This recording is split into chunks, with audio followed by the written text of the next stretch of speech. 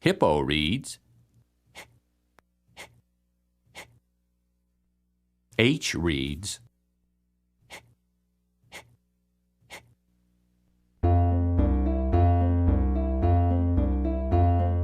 Humphrey the happy hippopotamus waved as he drove a hippopotamus. Humphrey Hippopotamus. Humphrey Hippopotamus was very happy. He was the kind of person who always waved and smiled at everyone. Humphrey Hippopotamus liked everybody, and everybody liked him. Wherever he went, he waved and spoke to his hippopotamus friends, and it seemed that everybody who met him was a friend to Humphrey Hippopotamus.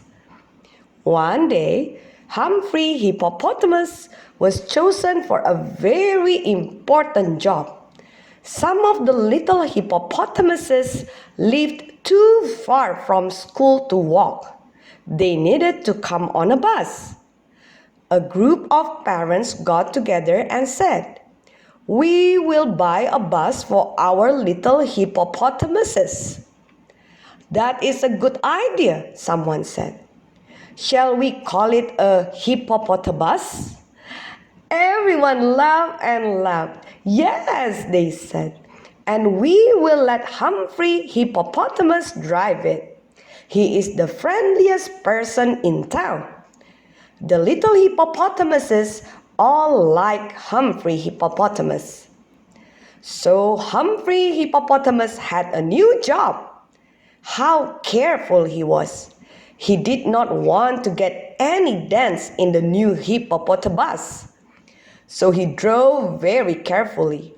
He went very slowly around the corners. He watched where he was going.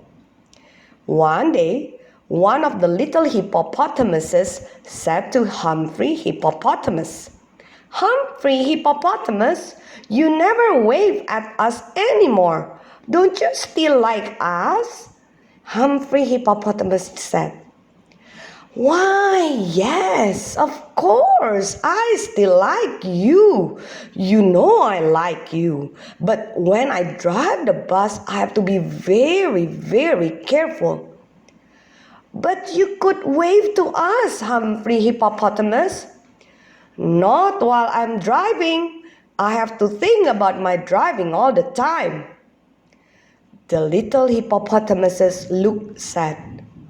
"Well, we don't like it when you don't smile and wave, Humphrey Hippopotamus. I don't think a bus driver can smile and wave as he drives. But I still like you," said Humphrey Hippopotamus. "Please try to understand." The next day, all the little hippopotamuses waved. But Humphrey Hippopotamus did not wave back. The next day, only 6 little hippopotamuses waved. But Humphrey Hippopotamus did not wave back. The next day, only 5 little hippopotamuses waved.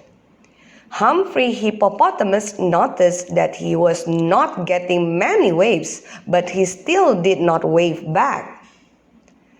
The next day, only 2 hippopotamuses waved. They didn't wave very hard because they were sure Humphrey Hippopotamus wouldn't wave back. And he didn't wave back. The next day, only 1 hippopotamus waved. The next day, no one waved. No one waved at Humphrey Hippopotamus. Not one single little hippopotamus waved at Humphrey Hippopotamus. He still was trying to drive carefully, but he was so unhappy. He was not sure he was driving very well. No one had waved at him. Humphrey Hippopotamus couldn't believe it. Humphrey Hippopotamus' best friend was Hairy Hippopotamus.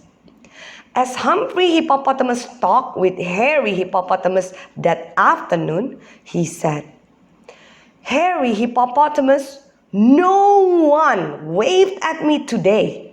Really? No one? No one.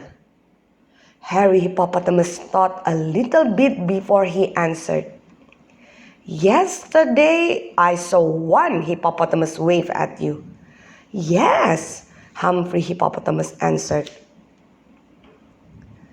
The day before yesterday, I saw two little hippopotamuses wave at you.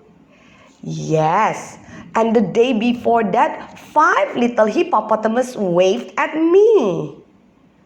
The day before that, 6 little hippopotamuses waved. That's right, said Humphrey Hippopotamus. But today, no one waved. I think I know why, Harry said. You do? Did they tell you they don't like me anymore? Humphrey Hippopotamus asked. No, they like you very much. Then why don't they wave at me? Do you ever wave at them?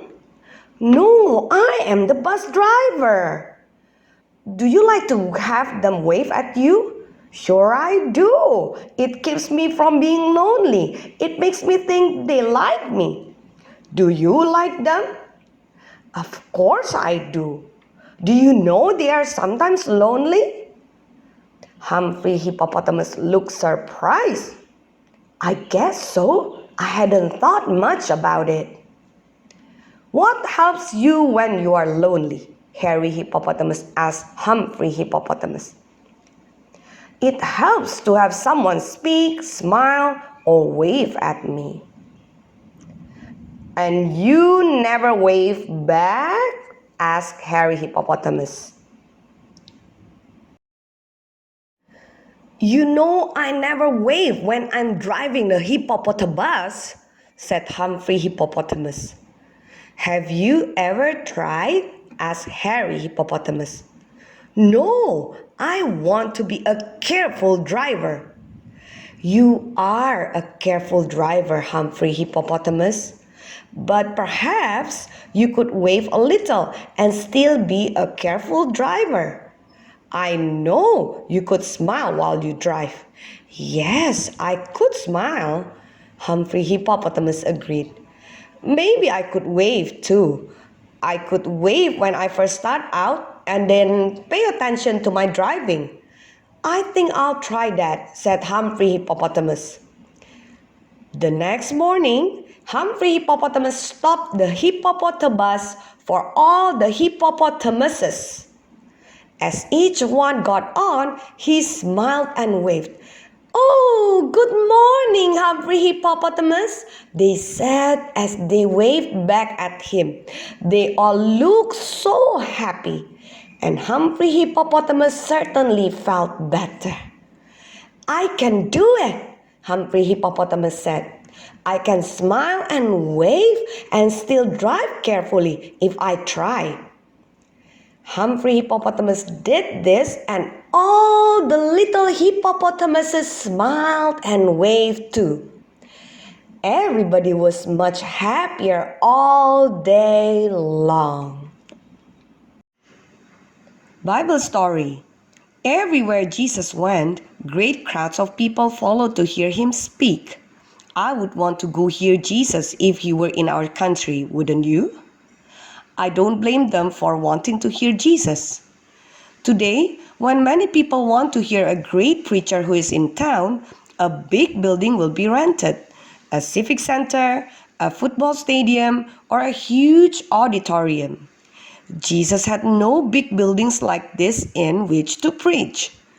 Jesus came to ordinary people and he spoke to them as he walked from one place to another or as he visited their homes. There were no big restaurants to provide meals as there are today. People brought their own food, borrowed from other people, or went to the villages to buy food. One time, Jesus was in a desert place, that is a place out in the country where there were no houses or people. Many people followed Jesus that day. There were thousands of people, 5,000 men as well as women and children.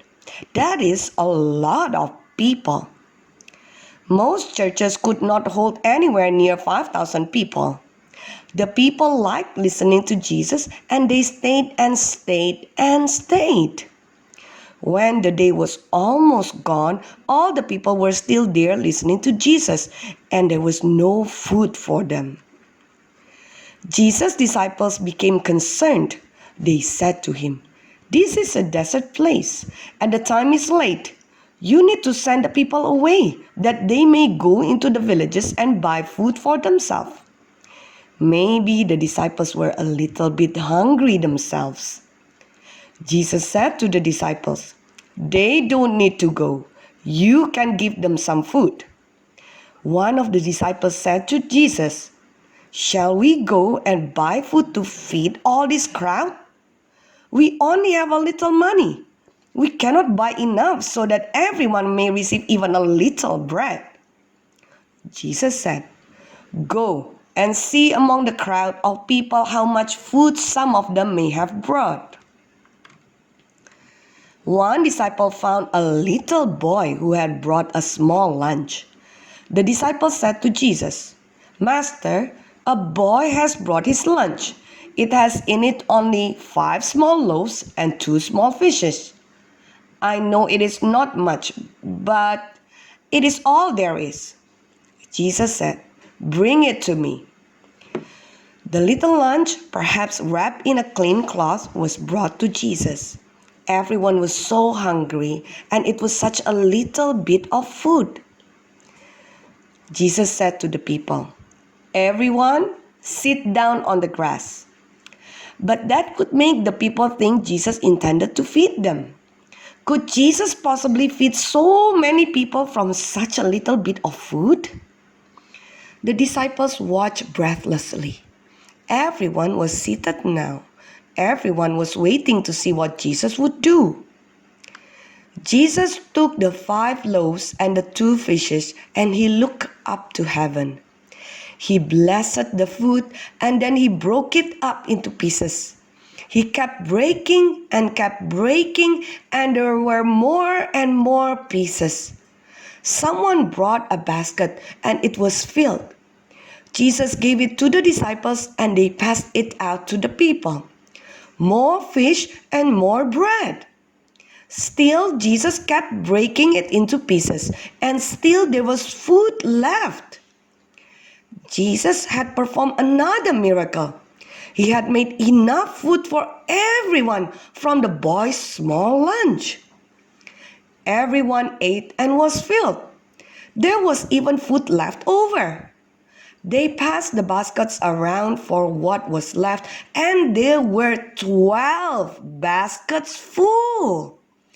What a wonderful Savior we have!